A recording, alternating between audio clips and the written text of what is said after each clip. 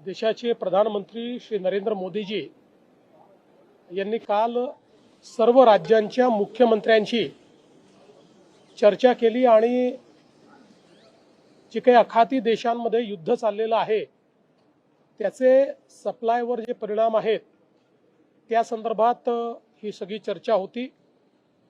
जवळजवळ सगळ्याच राज्यांच्या मुख्यमंत्र्यांनी माननीय प्रधानमंत्री महोदयांचं कौतुक केलं, त्यांचे आभार मानले की ज्या प्रकारे आपल्याकडे सप्लायचा कमीत कमी डिस्रप्शन हे झालेलं आहे, विशेषतः पेट्रोल डिझेल हे सातत्याने आपल्याकडे मिळतं आहे, त्याची किंमत वाढू नये म्हणून केंद्र सरकारने स्वतः 10 रुपयाचा शॉक ॲब्झॉर्ब केलाय।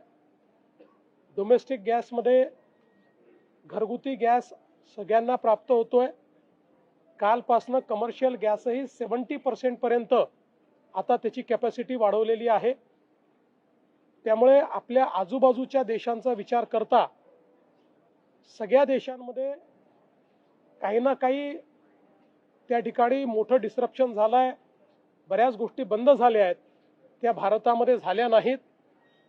माननीय प्रधानमंत्री महोदयांनी देखील या संदर्भातली लॉंग टर्म स्ट्रॅटेजी सांगितली आणि विशेषतः 2 गोष्टी या त्यांनी सांगितल्या की जाणीवपूर्वक काही लोक आपल्या देशामध्ये संभ्रम पसरवत आहेत, तो संभ्रम पसरू देऊ नये, लॉकडाऊन लागेल वगैरे असल्या गोष्टी सांगितल्या जात आहेत।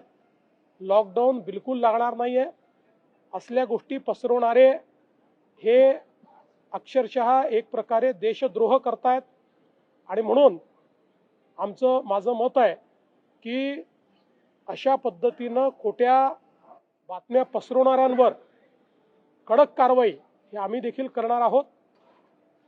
प्रधानमंत्री महोदयांच्या ॲश्युरन्स नंतर मला हा विश्वास आहे की भारताने ही परिस्थिती टॅकल करण्याकरता जे काही उपाययोजना केलेल्या आहेत त्यामुळे आपल्या सर्वांचं जे काही जीवन आहे हे कमीत कमी अफेक्ट होईल अशा पद्धतीनं पुढेही ही सगळी स्ट्रॅटेजी तयार केली आहे।